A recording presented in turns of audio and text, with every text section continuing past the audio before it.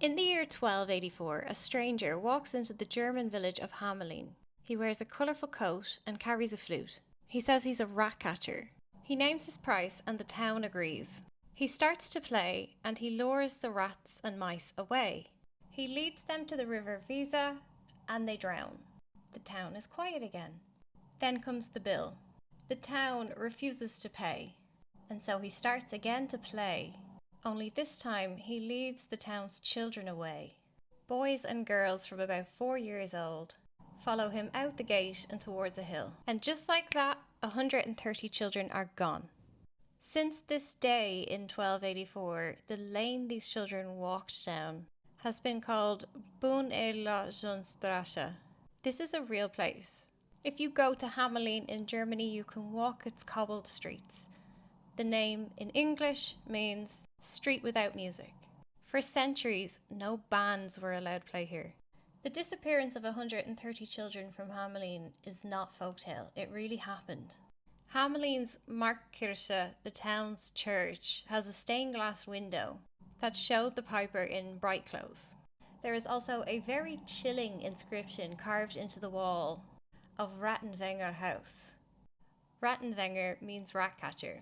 The inscription reads, in the year 1284, 130 children born in Hamelin were seduced and lost. There is also a 1384 entry into the town chronicle that reads, it is 100 years since our children have left. The earliest memories from Hamelin don't talk about rats, but they do talk about children leaving and a piper and a date and a place. The rattler came later. It may have been introduced by the Brothers Grimm, as it's useful for bedtime stories. The Pied Piper in his colourful clothes probably was not magical. The clue here is in the inscription. It doesn't say they died, it says they left. 1284 Hamelin was not just any old town. It sits right on the Weser River. This made it an important place for trade. It was valuable to people who wanted power and control. There was the Prince Bishop of Minden, who for 500 silver marks had bought sovereignty over Hamelin. That's like somebody buying your entire neighbourhood and then saying they own everybody in it. Then there was the Dukes of Brunswick-Lüneburg, who were trying to control the river trade. They had made a deal with the bishop to share power over Hamelin. And then there was the Holy Roman Empire itself. Every territory had to pay imperial taxes to Rome.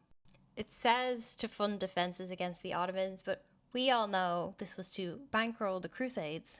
Imagine you have to pay 3 landlords at once, and each one of them has their own bailiffs, mercenaries, tax collectors and soldiers. That's what Hamelin faced. And medieval debt collection is nothing like today. They would take your property, your animals, your goods, your children.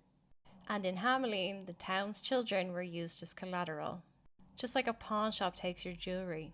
From the 1100s, German lords, bishops, bankers and military leaders started building colonies on Slavic soil. This period of German history is referred to as Ostsiedlung. Vast tracts of Central and Eastern Europe were densely wooded, so labourers were needed to hack down trees and plough new fields. They had created this new technology, the heavy plough, that could cut through dense northern soil. But it required a huge team, oxen, and constant human effort. This was back-breaking, dangerous labour.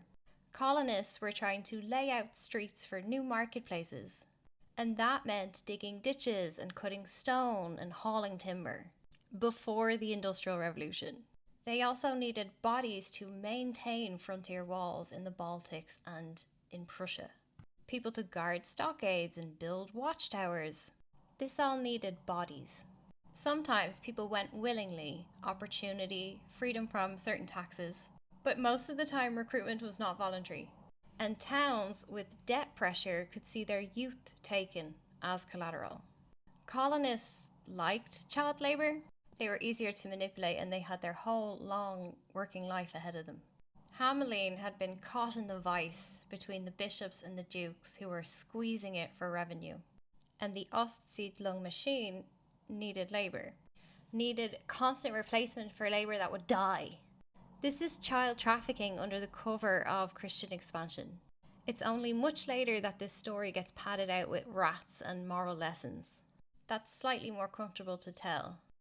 But the raw truth is harder. This town lost its children to the same machinery that was driving the Crusades. 26th of June is not a random date. Medieval contracts often specified religious feast days for enforcement actions. And the piper, wearing clothes of many colours, is not magical. Debt collectors wore bright clothes to help identify their official status. Medieval towns kept careful records of their obligations and losses, but they could not admit that their children had been seized as debt payment and sent to work in colonies. So they created a different story, one where the service provider, the rat catcher, gets cheated by town leaders. In this story, this is the bad guy, but in reality, this town leader was the victim of this broader power network extraction. That shift in the narrative does something really clever. Pure evil, but clever. The piper looks cheated, the town leader looks dishonest, and the larger system of bishops and dukes and banks and colonizers who needed children in the first place completely disappear from view. This is propaganda in Embro. German towns are shown as petty cheaters who get what's coming to them, when actually they have been victims of a vast extraction machine for centuries. And this happens again and again in German history as we go forward. Blaming visible leaders and ordinary people, while ignoring the actual coercion, the contracts, the debt, the manipulation, and the unseen power that stays hidden. If you read the Pied Piper on the surface, the lesson looks simple: pay your debts and don't cheat the worker. But when you understand that the town leaders were trapped by debt obligations they had no control of, financial obligations that were being enforced by the Holy Roman Empire and its crusades, that's a different story. And it's a more important one for us to understand today.